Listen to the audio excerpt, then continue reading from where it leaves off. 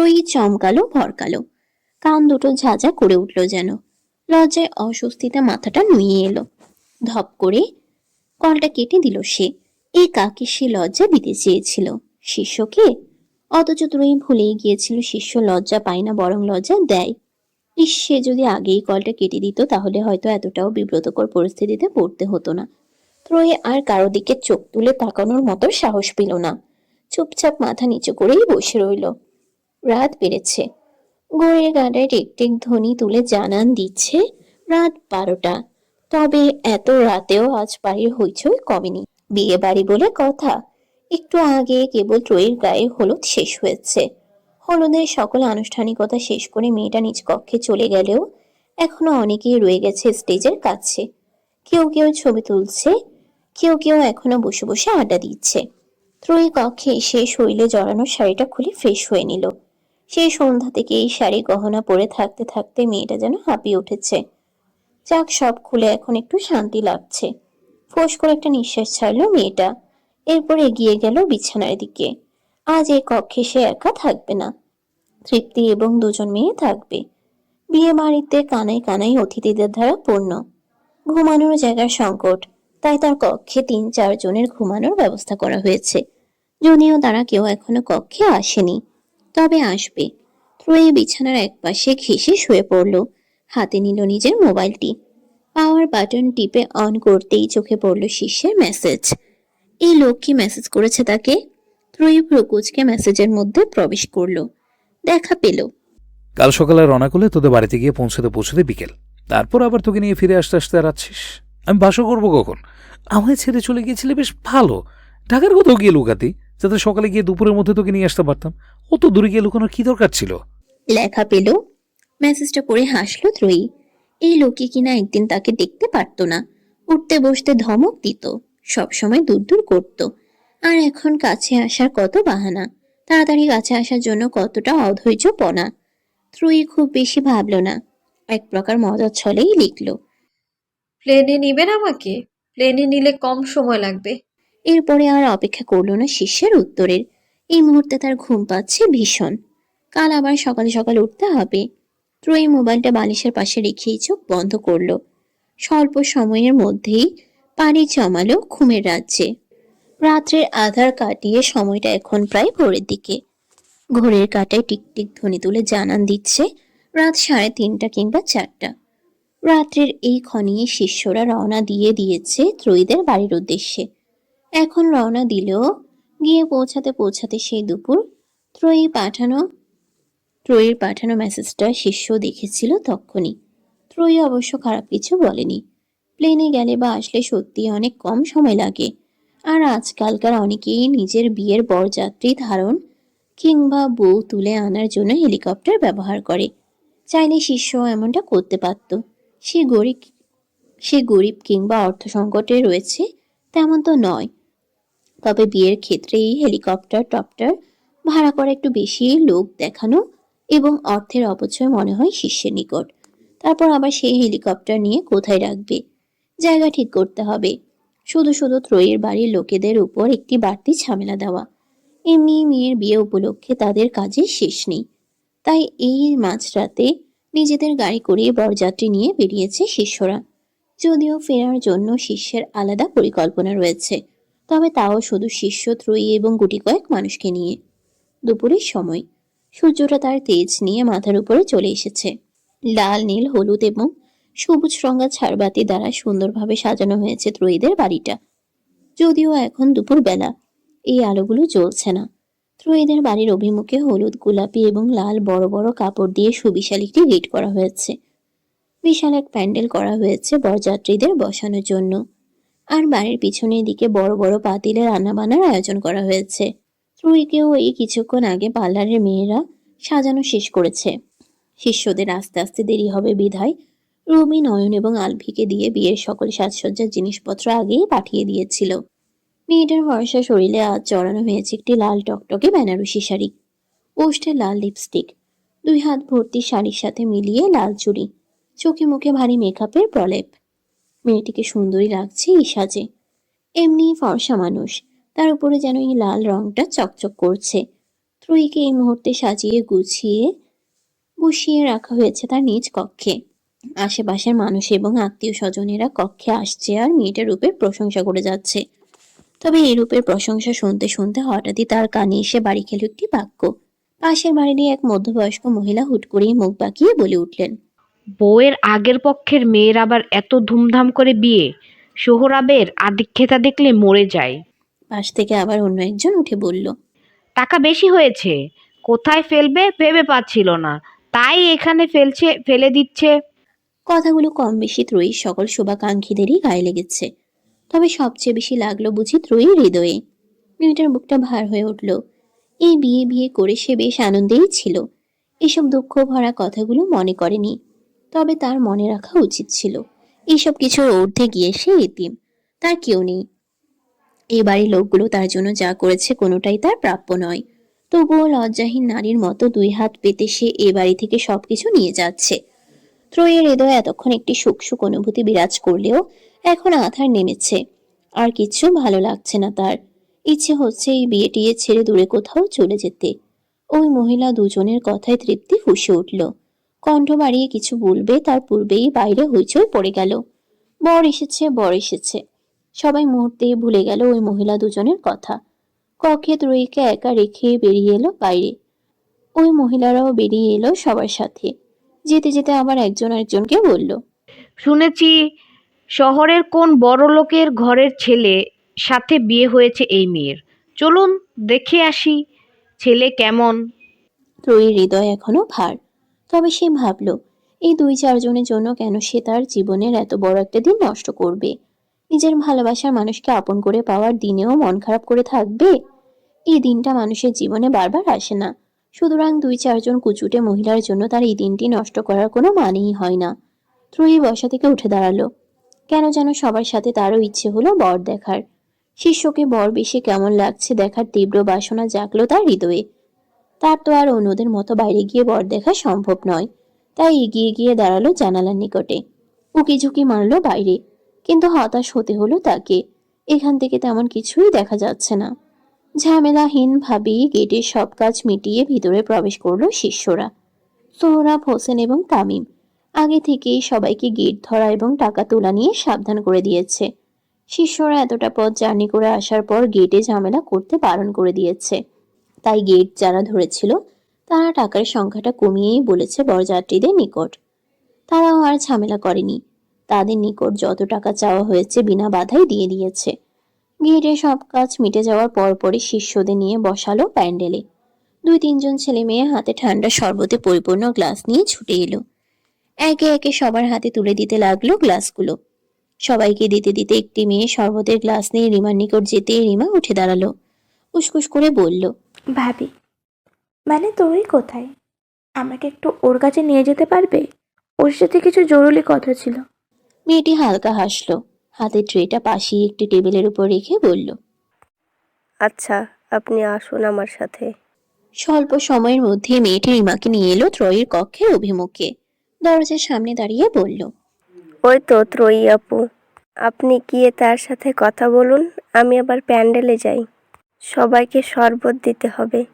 মেয়েটি চলে গেল। কক্ষে ত্রয়ী একাই ছিল। বাকিরা সবাই বরযাত্রী দেখতে বেরিয়ে গেছে। রিমা ধীর পায়ে গিয়ে দাঁড়ালো ত্রয়ীর নিকটে।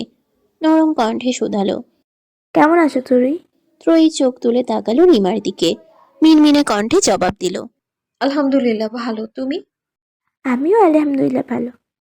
এইটুকু বলে থামলো রিমা।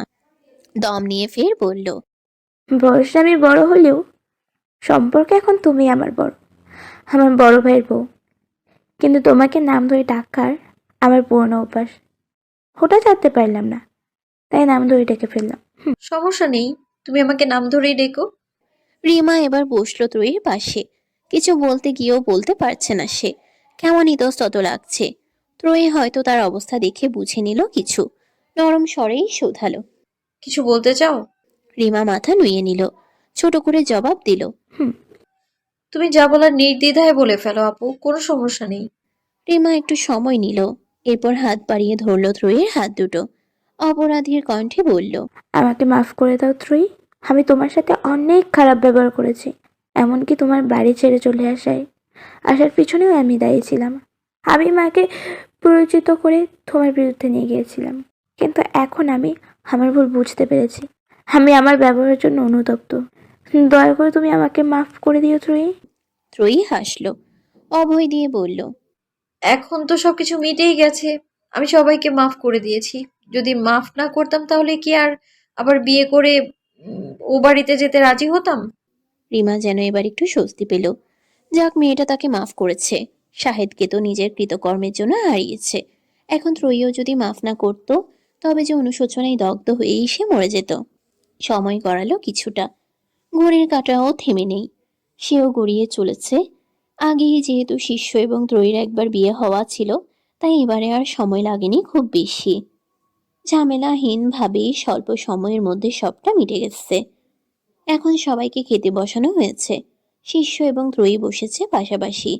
একটি বড় প্লেট রাখা হয়েছে দুজনের অভিমুখে। এই এক প্লেট থেকেই নাকি দুজন খাবে। ত্রয়ী হাঁসফাঁস করছে, কেমন অস্বস্তি লাগছে তার। এতগুলো মানুষের মধ্যে বসে বসে যে খাওয়া যায় নাকি, তাও এক প্লেটে। আলেয়া বেগমকে কতবার বলল তাকে ঘরেই খাবার দিতে, তা না, এটা নাকি তাদের পারিবারিক নিয়ম। যত সব বিব্রতকর নিয়ম। খাবার সামনে রেখে ত্রয়ীকে চুপচাপ বসে থাকতে দেখে ভ্রু কুঁচকাল শিষ্য। কণ্ঠ খাদে নামিয়ে শুধালো, খাচ্ছিস না কেন? ত্রয়ী এলোমেলো দৃষ্টি ফেলল। কোনো জবাব না দিয়ে হাত ধুয়ে হাত দিল খাবারের থালায়। মাথা নিচু করে কোনো রকমে একটি লোকমা তুলে মুখে দিল। শিষ্য প্রায় সাথে সাথেই ঝুঁকে গেল ত্রয়ীর দিকে, ফিসফিসিয়ে বলল, তোর এই ছোট ছোট দাঁত দিয়ে মাংসের হাড্ডি চিবোতে পারবি তো, নাকি চিবিয়ে দেবো? তুই আমার অর্ধাঙ্গিনী বলে কথা। এইটুকু সাহায্য তো তোকে আমি করতেই পারি। ত্রয়ী বিষম খেলো যেন। এই লোক আর কোনোদিন ভালো হবে না। শেষ পর্যন্ত কিনা এখন হাড়ও চিবিয়ে দিতে চাইছে। বজ্জাত লোক একটা। ত্রয়ীর ইচ্ছে হলো রেগে মেগে কিছু বলতে, কিন্তু এই বিয়ের আসরে বলতে পারলো না কিছুই। শীর্ষ ওষ্ঠ বাঁকিয়ে হাসলো, ফিসফিসিয়ে বলল, তুই তো জানিসই আমার দাঁতের ধারের অভাব নেই। এসব হাড্ডি টাড্ডি আমার দাঁতের সামনে কিচ্ছু না। তুই একবার বলে দেখ শুধু, এই হাড্ডি না, দরকার পড়লে হাড্ডির সাথে তোকেও চিবিয়ে খেয়ে ফেলবো। ত্রয়ী বলল না কিছুই, শুধু কটমট করে একবার তাকালো শিষ্যের দিকে। শিষ্য শরীর দুলিয়ে হাসলো, আর খেপালো না মেয়েটাকে। চুপচাপ নিজের খাবারে মনোযোগ দিল। খাওয়া দাওয়ার পাট চুকিয়ে এখন বিদায় বেলা। মেয়েদের আসলে নিজস্ব কোনো বাড়ি নেই। এরা শৈশব থেকে যৌবন অবধি কাটায় বাবার বাড়িতে, যৌবন থেকে বৃদ্ধ বয়স পর্যন্ত স্বামীর বাড়িতে, আর তারপর তার স্থান হয় সন্তানদের বাড়িতে। প্রতিটি মেয়েকেই বিয়ের পর বাবার বাড়ি ছেড়ে শ্বশুর বাড়িতে চলে যেতে হয়। এটাই সমাজের নিয়ম। যদিও এটা ত্রয়ীর বাবার বাড়ি নয়, তবে এরা তাকে কখনো আপনে থেকে কম ভাবেনি। এই কয় মাস সোহরাব হোসেন বেশ শুকনোভাবে ত্রয়ীর বাবার দায়িত্ব পালন করেছেন। কখনো মেয়েটিকে বুঝতে দেয়নি যে তার বাবা নেই। এই যে আজ ত্রয়ীর এত বড় করে ধুমধামের সাথে বিয়ে হলো, সবটাই তো সম্ভব হয়েছে ওই মানুষটার জন্য। আর বাড়ির অন্য লোকগুলো, তারাও কম যায় না। ত্রয়ীকে সবসময় আগলে রেখেছে তারা। মেয়েটার ভালো মন্দের, খারাপ লাগা ভালো লাগা সবকিছুর খেয়াল রেখেছে। মাত্র এই কয় মাসেই ত্রয়ীর ভীষণ মায়া জন্মে গেছে এই বাড়ির মানুষগুলোর উপরে। অথচ আজ তাদেরই আবার ছেড়ে চলে যেতে হচ্ছে মেয়েটার। ত্রয়ী আলেয়া বেগমকে জড়িয়ে ধরে ঠুকরে কেঁদে উঠল। আলেয়া বেগমও আবেগী হয়ে পড়লেন। ছোটবেলা থেকে এই মেয়েটিকে তিনি কম কষ্ট দেননি। মা হয়েও মেয়ের কোনো দায়িত্ব পালন করতে পারেননি। উল্টো ফেলে রেখেছিলেন অন্যের লাথি উষ্টা খাওয়ার জন্য। আজ যখন এতদিন পর মেয়েটিকে নিজের কাছে আনলেন, তাও ধরে রাখতে পারলেন না। সমাজের নিয়মে বাধা পড়ে তাকে বিদায় দিতে হচ্ছে। আলেয়া বেগমও মেয়েকে জড়িয়ে নিলেন নিজের সাথে। কেঁদে উঠলেন শব্দ করে। তৃপ্তিও পাশে দাঁড়িয়ে দাঁড়িয়ে কাঁদছে। চোখ ফেটে বেরিয়ে আসছে নোনা জল। স্রোতের ন্যায় গাল বেয়ে পড়ছে নিচে। তবে সে কান্নার কোনো শব্দ হচ্ছে না। রবি এগিয়ে গেল, সন্তর্পণে দাঁড়ালো তৃপ্তির পাশে। কণ্ঠ খাদে নামিয়ে বলল, মঞ্জলিকাকে চেনো? তৃপ্তি কিছুটা অবাক হলো। অশ্রুসিক্ত নয়নেই সে তাকালো রবির দিকে। মৃদু স্বরে শুধালো, মঞ্জলিকাকে? তোমার যমজ বোন। এই মুহূর্তে তোমাকে দেখতে একদম তার মতো লাগছে। এইটুকু বলেই তড়িঘড়ি করে সে কেটে পড়লো ওখান থেকে। তৃপ্তি নিজের মস্তিষ্কে চাপ প্রয়োগ করলো, বোঝার চেষ্টা করলো এই মঞ্জলিকাটা আবার কে। হঠাৎ তার খেয়ালে এলো, মঞ্জলিকা তো একটি সিনেমার ভৌতিক চরিত্রের নাম। মঞ্জলিকার কথা স্মরণে আসতেই তৃপ্তির অক্ষিপটে ভেসে উঠল এলোমেলো চুলের কপালে লেপটে যাওয়া বড় টিপ ধারণ করা এক নারীর চেহারা। সে নারীর চোখের নিচের কাজল লেপটেও বিশ্রী একটা আকার ধারণ করেছে। তৃপ্তি কান্না ভুলে গেল, চোখ বড় বড় হয়ে গেল মুহূর্তেই। লোকটা কি বলে গেল? তাকে মঞ্জলিকার মতো লাগছে, অমন এলোমেলো চুলের লেপটে যাওয়া কাজলের ভূতের মতো। তৃপ্তি কটমট করে তাকালো আশেপাশে। রবিকে আর চোখে পড়ল না। সে তৃপ্তিকে খেপিয়ে দিয়ে ইতোমধ্যে কেটে পড়েছে। বেশ কিছুটা সময় কেটে গেলেও ত্রয়ীদের কান্না থামল না। আব্দুর রহমান খান ইতস্তত করলেন। হাত ঘড়িতে সময় দেখতে দেখতে সোহরাব হোসেনকে বললেন। আমাদের এখন রওনা হওয়া উচিত, এমনিতেই অনেক দূরের পথ। সোহরাব হোসেন দ্বিরুক্তি করলেন না। সত্যিই এখন তাদের বেরিয়ে পড়া উচিত। তিনি এগিয়ে গেলেন আলেয়া বেগম এবং ত্রয়ীর দিকে। নরম স্বরে স্ত্রীকে বললেন। ওকে ছাড়ো, এখন অনেকটা পথ যেতে হবে ওদের। আলেয়া বেগম তৎক্ষণাৎ ছাড়লেন না মেয়েকে। একটু সময় নিয়ে রয়ে শুয়ে নিজের কান্না থামালেন তিনি। অতঃপর ত্রয়ীকে ছেড়ে দিয়ে বললেন। থাকিস মা, আর কখনো নিজেকে একা মনে করবি না। কোথাও কোনো সমস্যা হলে অবশ্যই আমাদের জানাবি, আমরা সবসময় তোর পাশে আছি। ত্রয়ীর কান্নার দমকও পূর্বের তুলনায় থেমেছে কিছুটা। সে মায়ের কথার উপরে বলল না কিছুই, শুধু একটু মাথা নাড়ালো। এরপর সোহরাব হোসেন আলতোভাবে ধরল মেয়েটির হাত। আস্তে ধীরে টেনে এনে দাঁড় করালেন শিষ্যের অভিমুখে। ত্রয়ীর হাতটা শিষ্যের হাতের উপরে দিয়ে বললেন। আমি হয়তো ওর জন্মদাতা পিতা নই, কিন্তু ওকে সব সময় আমার সন্তানের মতো দেখেছি। আমি আমার দায়িত্ব কতটুকু পালন করতে পেরেছি জানি না, তবে তুমি কখনো আর তোমার দায়িত্ব থেকে কিছু হেঁটো না। মেয়েকে ভালো রেখো। ছোটবেলা থেকে ওর কম কষ্ট পাইনি, এবার থেকে আর ওকে কষ্ট দিও না। শিষ্য শক্ত করে ধরল ত্রয়ীর হাতটা, অভয় দিয়ে বলল। আপনি চিন্তা করবেন না আঙ্কেল, আমি আর কখনো ওকে কষ্ট পেতে দেব না। সব সময় ওকে ভালো রাখার চেষ্টা করব। রাত্রি এখনো খুব বেশি নয়। শহরের বুকটা আলোকিত হয়ে রয়েছে সোডিয়ামের কৃত্রিম আলোয়। ঘড়ির কাঁটায় টিকটিক ধ্বনি তুলে জানান দিচ্ছে কেবল রাত 9টা। শিষ্য এবং ত্রয়ী দাঁড়িয়ে রয়েছে খানবাড়ির সদর দরজার অভিমুখে। যাওয়ার সময় শিষ্য গাড়িতে গেলেও আসার সময় ত্রয়ীকে নিয়ে প্লেনে এসেছে, তাই এত তাড়াতাড়ি এসে পৌঁছাতে পেরেছে। যদিও এখনো সবাই এসে পৌঁছায়নি। শিষ্য, ত্রয়ী, আব্দুর রহমান খান এবং আর 2-1 জন এসেছে প্লেনে। বাকিরা সবাই ধীরে ধীরে গাড়িতেই আসছে। ত্রয়ী দরজার সামনে দাঁড়িয়ে দাঁড়িয়ে দেখছে চারদিকটা।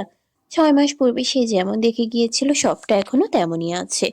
শুধু বিয়ে উপলক্ষে পুরো বাড়ি সাজানো হয়েছে বর্ণিল সাজে। এ বাড়ির একমাত্র ছেলের বিয়ে বলে কথা। বাড়ির ছাদ থেকে একদম নিচ পর্যন্ত ঝুলিয়ে দেওয়া হয়েছে ছোট ছোট মরিচ বাতির তার। লাল, নীল, হলুদ এবং সবুজ রং ধরে তা জ্বলে যাচ্ছে মিটিমিটি করে। ত্রয়ী দৃষ্টি ঘুরিয়ে তাকালো দরজার দিকে। দরজাটাও বেশ সুন্দরভাবে সাজানো হয়েছে। সুন্দর কাঁচা ফুল দিয়ে যেন ঘিরে দেওয়া হয়েছে দরজার চারিদিকটা। ত্রয়ী ভাবল ভাগ্য কত বিচিত্রময়। এই বাড়ি থেকেই কোনো এক সন্ধ্যায় চোখে জল নিয়ে বেরিয়ে যেতে হয়েছিল তাকে। সেদিন এই বাড়িতে থাকার জন্য, একটু আশ্রয়ের জন্য কত কেঁদেছিল সে। একটু আশ্রয়ের জন্য কত কেঁদেছিল সে। অথচ কেউ তার কোনো কথা শুনেনি। আর আজ সেই বাড়ির অভিমুখেই ত্রয়ী দাঁড়িয়ে আছে বউয়ের সাজে। তপ্ত নিঃশ্বাস ফেলল মেয়েটা। ফাহমিদা বেগম বরণ ডালা নিয়ে এগিয়ে এলেন দরজার দিকে।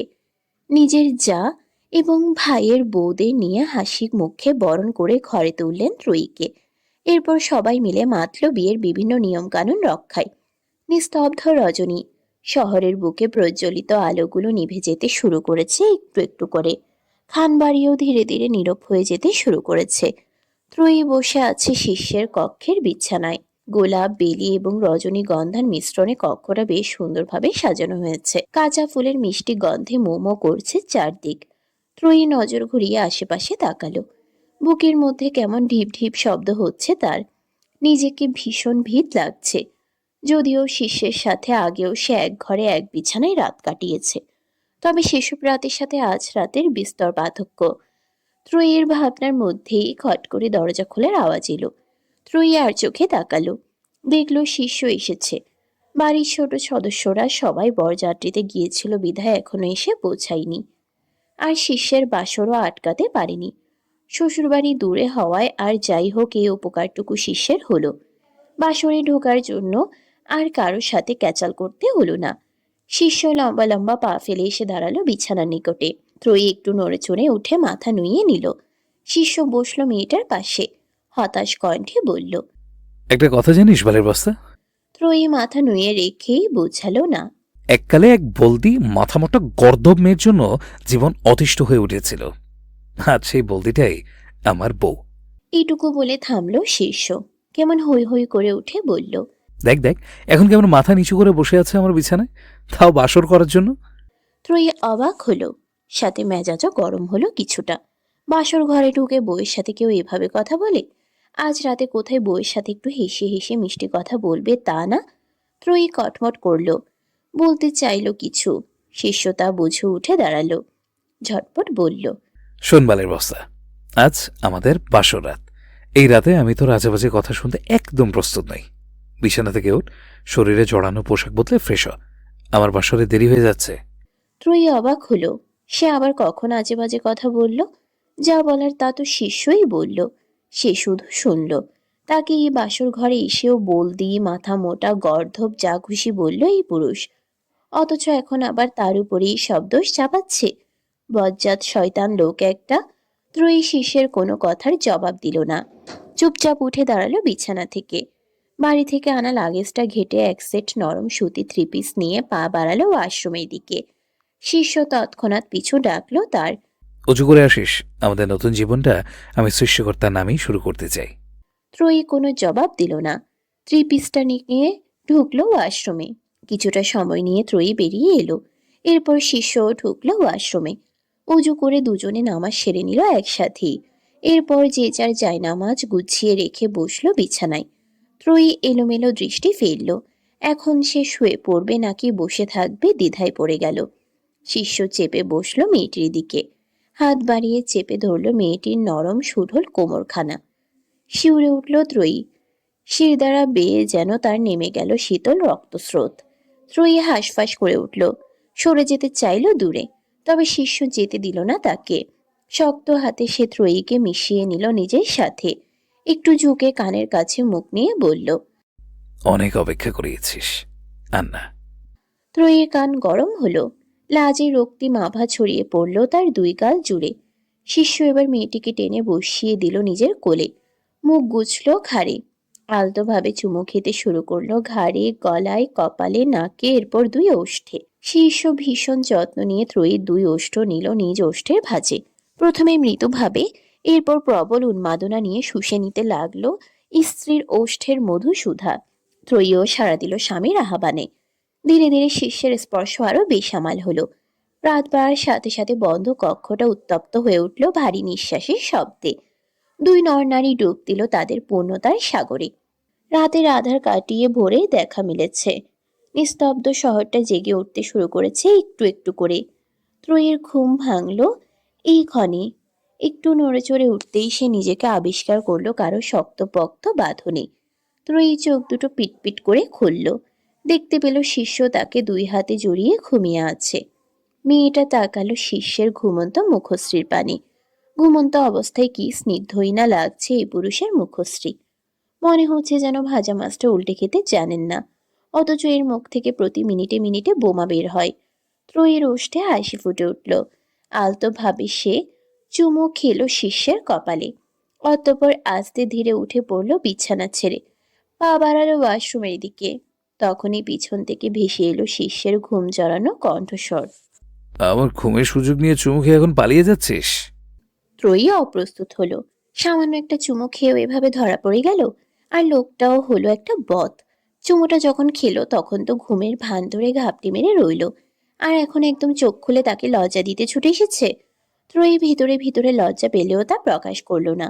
মুখ বাঁকিয়ে বলল, পালিয়ে যেতে যাব কেন? ওয়াশরুমে যাচ্ছিলাম, এখন কি ওয়াশরুমেও যেতে পারবো না? শিষ্য হাত ভারিয়ে ধরল ত্রয়ীর এক হাত, হ্যাচকা টানে ফেলল বুকের উপর। হক চকিয়ে উঠল মেয়েটা। ব্যস্ত হয়ে উঠে যেতে চাইল শিষ্যের বুকের উপর থেকে, কিন্তু পারল না। তার পূর্বেই শিষ্য তার শক্তপোক্ত হাতটা ধারা চেপে ধরল স্ত্রীর কোমর। হাঁসফাঁস করে উঠল ত্রয়ী, এলোমেলো দৃষ্টি ফেলে বলল, কি করছেন? কি ছাড়ুন আমায়। ছাড়বো না। কি করবি তুই? ত্রয়ী তবুও চেষ্টা করলো নিজেকে শিষ্যের বাঁধন থেকে ছাড়িয়ে নেওয়ার, কিন্তু তা কি আর সম্ভব হয়? শিষ্যের অত বড় দেহের সম্মুখে তার ওইটুকু একটা দেহ। ত্রয়ী বেশ কিছুক্ষণ চেষ্টা করে হাল ছেড়ে দিল। থমথমে কণ্ঠে বলল। নতুন বউদের দেরি করে ঘুম থেকে উঠলে সবাই কি ভাববে? শিষ্য মুখ গুছল ত্রয়ীর ঘাড়ে, আলতোভাবে সেখানে নাক ঘষতে ঘষতে বলল। ভাববে রাতে স্বামী বেশি আদর করেছে, তাই এখনো ঘুমোচ্ছে। কান দুটো গরম হয়ে উঠল ত্রয়ীর। লাজে রক্তিম আভা ছড়িয়ে পড়ল তার সম্পূর্ণ মুখশ্রী জুড়ে। লোকটার লাজ লজ্জা বলতে কিচ্ছু নেই, সর্বক্ষণ শুধু নির্লজ্জ কথাবার্তা। ত্রয়ী নাক মুখ কোচকাল, কণ্ঠটা হালকা ভারী করে বলল। নির্লজ্জ লোক একটা। নির্লজ্জ হয়েছে বলেই তো তোকে বাগে আনতে পেরেছে, নয়তো তুই যে পরিমাণ মাথামোটা বলদি, তাতে এত সহজে বাগে আনা সম্ভব ছিল না। আপনি কিন্তু আমায় অপমান করছেন। করছি, আরো করব, তুই পারলে ঠেকা। ত্রয়ী রেগে মেগে কিছু বলতে গিয়েও থেমে গেল। কি বলবে সেই নির্লজ্জ লোকের মুখের উপরে? আর এর মুখকেও বা ঠেকাবে কিভাবে? এর মুখ তো নয় যেন বোমা, যখন তখন বিস্ফোরিত হয়, আর সেই সাথে আশেপাশের মানুষদের মধ্যে লজ্জা ছড়িয়ে দেয়। ত্রয়ীর ভাবনার মধ্যেই শিষ্য আবার মুখ খুলল, হতাশ কণ্ঠে বলল। জানিস বালের বস্তা, জীবনে ভাগ্য করে একটা শ্বশুর বাড়ি পেয়েছি, যেখানে যেতে আসতেই 2 দিন, এরপর বউয়ের সাথে সময় কাটাবো কখন? এটুকু বলে থামল সে, দম ফেলে ফের বলল। নতুন নতুন বিয়ে করেছি, কোথায় এখন একটু ভুকে ভালোবাসবো, তার কাছাকাছি থাকবো, তার পেছনে ঘুর ঘুর করবো, তা না, শ্বশুর বাড়ি দৌড়াতে দৌড়াতেই জীবন শেষ। ত্রয়ী ভ্রু কোচকাল, কপালে ভাঁজ ফেলে বলল। মানে কাল বিয়ে করে বউ নিয়ে এলাম, আজকের দিনটা কাটিয়ে আবার আগামীকাল শ্বশুর বাড়ি যেতে হবে, এত জার্নি করে আবার বউর সাথে সময় কাটে কখন বলতো? ত্রয়ী খুব বেশি চিন্তা করল না, ফট করে বলল। আবার প্লেনে যাবেন, নয়তো লঞ্চের কেবিনে, একদম নিরিবিলি 5 তারকা হোটেলের মতো পরিবেশ। সেখানে মনেই হবে না আপনি ভ্রমণ করছেন। মনে হবে যেন আপনি আপনার বাড়িতেই আছেন, অথবা কোথাও ঘুরতে গিয়ে নিজ কক্ষে বসে আছেন। কথাগুলো বলে ত্রয়ী নিজেই লজ্জা পেল। ইস, না ভেবে সে কি বলে ফেলল। এখন তো শিষ্য আরো লজ্জায় ফেলবে তাকে। কিন্তু ত্রয়ীর ভাবনাকে মিথ্যা করে দিয়ে শিষ্য আর লজ্জা দিল না তাকে, বরং হৈ হৈ করে বলল। এটা তো তুই ঠিক বলেছিস বালের বস্তা, কি বলেছি তুই গর্ধব, তোর মাথায়ও একটু একটু বুদ্ধি আছে। এইটুকু বলে থামল শিষ্য, কণ্ঠে সুর তুলে গান ধরল। সময়টা এখনো সকালেই থমকে আছে, তবে সূর্যটা তার তেজ ছড়িয়ে দিয়েছে চারিদিকে। শহুরে জনজীবন ব্যস্ত হয়ে পড়েছে তাদের দৈনন্দিন কর্মে। কায়সার তার আস্তানায় বসে বন্ধু বান্ধব দলের সদস্যদের সাথে আড্ডা দিয়েছে এবং ক্রাম খেলছে। এমন সময় আরফা এলো ভিতরে, দাঁড়ালো ক্রাম বোর্ডের পাশেই। হঠাৎ কক্ষে নতুন কারো আগমনে কায়সার চোখ তুলে তাকালো। আরফাকে দেখে ভিতরে ভিতরে অবাক হলো বটে, তবে তা প্রকাশ করল না। স্বাভাবিকভাবে ক্রাম বোর্ডের গুটিতে টোকা দিতে দিতে বলল। কি আরফা, কেমন আছো? আলহামদুলিল্লাহ, ভালো। আপনি? আলহামদুলিল্লাহ। এরপর আরফা আর কিছু বলল না, তবে দাঁড়িয়ে দাঁড়িয়ে উসখুস করছে, হয়তো কিছু বলতে চাইছে কিন্তু পারছে না। কাইসার বুঝলো বিষয়টা, আরফার দিকে তাকিয়ে শুধালো। কি বলবে আলফা? আরফা তৎক্ষণাৎ কিছু বলল না, আরো একটু সময় নিল সে। এরপর ইতস্তত করে বলল। ত্রয়ী ফিরে এসেছে কায়সার ভাই। ক্রাম বোর্ডের গুটিতে রাখা কাইসারের হাতটা থমকে গেল কিয়ৎক্ষণের জন্য। বুকের ভিতরে থাকা ছোট্ট হৃৎপিণ্ডটা লাফিয়ে উঠে জানান দিল এখনো তার হৃদয়ে ত্রয়ীর উপস্থিতির কথা। তবে বাহ্যিকভাবে ওষ্ঠে হাসি ফুটিয়ে তুলল সে। আবারও ক্রাম বোর্ডের গুটিতে টোকা দিতে দিতে বলল। ওর শাশুড়ি ননদ নিশ্চয়ই ওকে মেনে নিয়েছে, আশা রাখছি এবার ওর একটা সুন্দর সুখী সংসার হবে। হুম। এইটুকু বলে থামলো আরফা, এলোমেলো দৃষ্টি ফেলে ফের বলল। ওর সাথে দেখা করতে যাবেন না? না। কেন? কাইসার এবার সোজা হয়ে দাঁড়ালো, শীতল কণ্ঠে বলল। ও আমার কে হয় যে ওর সাথে দেখা করতে যাব? আরফা অবাক হলো, এই লোকটাই না একদিন কত পাগলামি করলো ত্রয়ীকে ভালোবাসে বলে তাকে পাওয়ার জন্য, আর আজ বলছে সে কে হয়। আরফা পলক ঝাপটালো, অবাক কণ্ঠেই শোধালো। আপনি না ত্রয়ীকে ভালোবাসেন? ভালো। কথাটা বলতে গিয়ে কেমন আটকে এলো কাইসারের, তবুও নিজেকে সংযত করল সে। ওষ্ঠে হাসি রেখেই বলল। ভালোবাসতাম, এখন আর বাসি না। তোমাকে সেদিন বললাম না, এখন আর আমার তাকে তেমন মনে পড়ে না, যেখানে তার সাথে দেখা করতে কেন যাব? কথাটা শুনে আরফা যেন একটু স্বস্তি পেল, ভেতরটা হালকা হয়ে গেল মুহূর্তেই।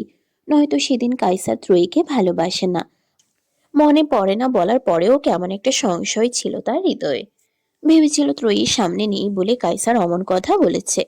ত্রয়ীর সামনে এলেই সেসব ভুলে যাবে, আবার পাগলের মতো ছুটবে মেয়েটার পিছু পিছু। কিন্তু এখন কাইসারের কথা শুনে শান্তি লাগছে। ফোঁস করে একটা নিঃশ্বাস ফেলল ত্রয়ী। ইতস্তত গলায় ফের শুধালো, একটা প্রশ্ন করি কায়সার ভাই, করো।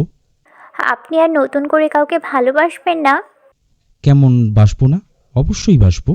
কাইসার হাসলো, মাথা ঝাঁকিয়ে বলল, কবে বাসবেন?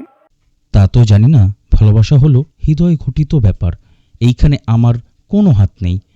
আবার যেদিন আমার হৃদয় কাউকে দেখে কেঁপে উঠবে, তাকে ভালোবাসতে চাইবে, সেদিন আমিও তাকে ভালোবাসবো।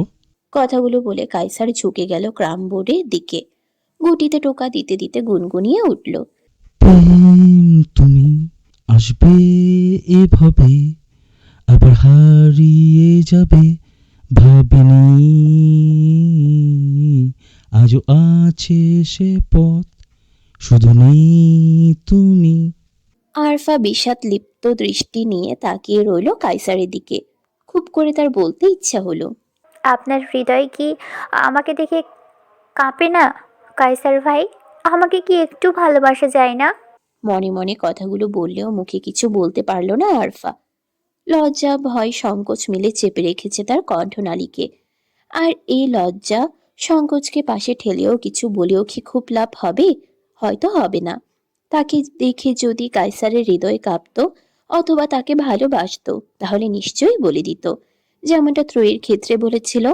আরফা ধরে নিল কাইসার তাকে ভালোবাসে না। হৃদয় ভারী হয়ে উঠল তার, আখিদয় ভরে উঠল অশ্রুকণায়। আরফা আর ওখানে দাঁড়াতে পারল না, যত্রতত্র পা ফেলে বেরিয়ে এলো কাইসারের আস্তানা থেকে। গতকাল শিষ্য এবং ত্রয়ীদের সাথে তৃপ্তিও প্লেনে এসেছে এ বাড়িতে। বোনের শ্বশুরবাড়ি দূরে হওয়ায় সবচেয়ে লাভবান বোধহয় তৃপ্তিই হয়েছে। তার লাভের লিস্টে প্রথম অবস্থানে আছে এই প্লেনে আসার ব্যাপারটা। সোহরাব হোসেনের মোটামুটি অর্থ সম্পদ রয়েছে, যতটুকু আছে তা দিয়ে তাদের খেয়ে পড়ে থেকেও যায়। তবে এর মানে এই নয় যে তিনি খুব ধনী। বরিশালের ওই মফস্বলে ছোটখাটো একটা বাড়ি, কয়েক কাঠা জমি, ব্যাংকে কিছু অর্থ আর ওই গাড়িটা রয়েছে। তাও ব্যবসার কাজে বিভিন্ন সময় বিভিন্ন স্থানে যেতে হয় বলে কিনেছিলেন। সবচেয়ে বড় কথা, এগুলো কিছুই তার একার নয়। এর থেকে আবার সুমন হোসেনও ভাগ পাবেন। এত কিছুর পরেও লোকটি ত্রয়ীর বিয়ের জন্য খরচ করতে বা ধুমধামের সাথে শ্বশুরবাড়ি পাঠাতে বিন্দুমাত্র কার্পণ্য করেননি। নিজের মেয়ে না হওয়া সত্ত্বেও তিনি বাবার দায়িত্ব পালন করেছেন। সে যাই হোক, সোহরাব হোসেন কখনো ওই বাড়তি খরচ করে প্লেনে আনতো না। তাও বোনের শ্বশুরবাড়ি দূরে হওয়া উপলক্ষে তার আকাশপথে ভ্রমণের শখ পূরণ হলো। অবশ্য এতে শিষ্যেরও গুরুত্বপূর্ণ ভূমিকা রয়েছে। সে ভীষণ ভালো, নয়তো শালিকেও তার সাথে প্লেনে আনতো না। খরচ বাঁচানোর জন্য অন্যদের সাথে গাড়িতে পাঠিয়ে দিত। তৃপ্তি আকাশ পাতাল ভাবতে ভাবতে একা একাই এই দুপুরবেলা হাঁটতে লাগলো সুইমিং পুলের পাশ ঘেঁষে। শহুরে এই কৃত্রিমতার মধ্যে এই সুইমিং পুলের দিকটা ভালো লাগছে তার। তাদের বাড়িতে সুইমিং পুল নেই, তবে একটা পুকুর আছে। সে পুকুরের চারপাশে বিভিন্ন ধরনের ফুলের গাছ পুঁতেছে তৃপ্তি। সে গাছগুলোতে যখন ফুল ধরে তখন পুকুরটা অনন্য সৌন্দর্য ধারণ করে। এমন সময় খানবাড়ির গেট থেকে রবি এবং আলবি প্রবেশ করলো ভিতরে। শিষ্যরা কাল আগে ভাগে চলে এলেও তারা এসেছিল গাড়িতে, যার কারণে ঢাকায় পৌঁছাতে পৌঁছাতে মধ্যরাত হয়ে গিয়েছিল। তারপর আর তারা এই বাড়িতে আসেনি। যার যার বাড়ি নেমেই ঘুম দিয়েছিল। ঘুম ভাঙতে ভাঙতেই দুপুর। গেট থেকে প্রবেশ করতেই রবির চোখ গেল সুইমিং পুলের দিকে। তৃপ্তিকে দেখে থেমে গেল সে। আলভি ভ্রু কুচকাল, রবির দিকে দৃষ্টি দিয়ে শুধালো,